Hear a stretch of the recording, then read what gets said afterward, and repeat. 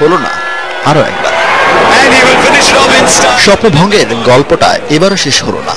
আলামিনের বলে ধোনির ছক্কা, জনসমুদ্রের শাহবাগে মিনিটের ব্যবধানে নেমে আসে নিস্তব্ধতা।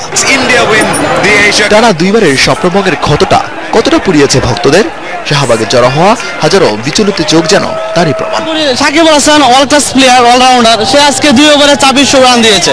আমি মনে করি আজকে বাংলাদেশ হারার জন্য এটাই টার্নিং পয়েন্ট। রোহিত শর্মা 2টা এলবিডব্লিউ ইজি এলবিডব্লিউ এটা কেন দেখানো হবে না? আজকে জিতার পর যদি আমার মৃত্যু হয়তো অনেক ভালো লাগতো আমার। যারা আসছে সবাই স্বপ্ন নিয়ে আসছে কাপ নিয়ে বাসা যাবো আজকে, তো চিন্তা করে আসছে যে কাপ ছাড়া বাসা যাবো আজকে।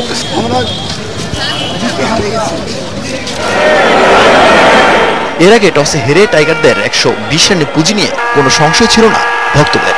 গলা ফাটিয়ে জানিয়েছিলেন জিতবে এবার টাইগার। বাংলাদেশ জিতবে, আশাবাদী আমরা। এই 16 উইকেটে 120 রান বড় চ্যালেঞ্জিং স্কোর। আমরা ইনশাআল্লাহ জিতবো, ইনশাআল্লাহ।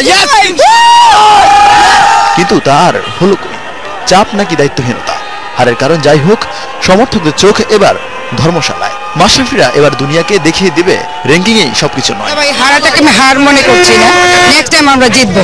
এশিয়া কাপ পাই ইনশাআল্লাহ, আমরা ওয়ার্ল্ড কাপে ইনশাআল্লাহ আমরা কাপ জিতবো। আমরা দেখিয়ে দিব যে আমরা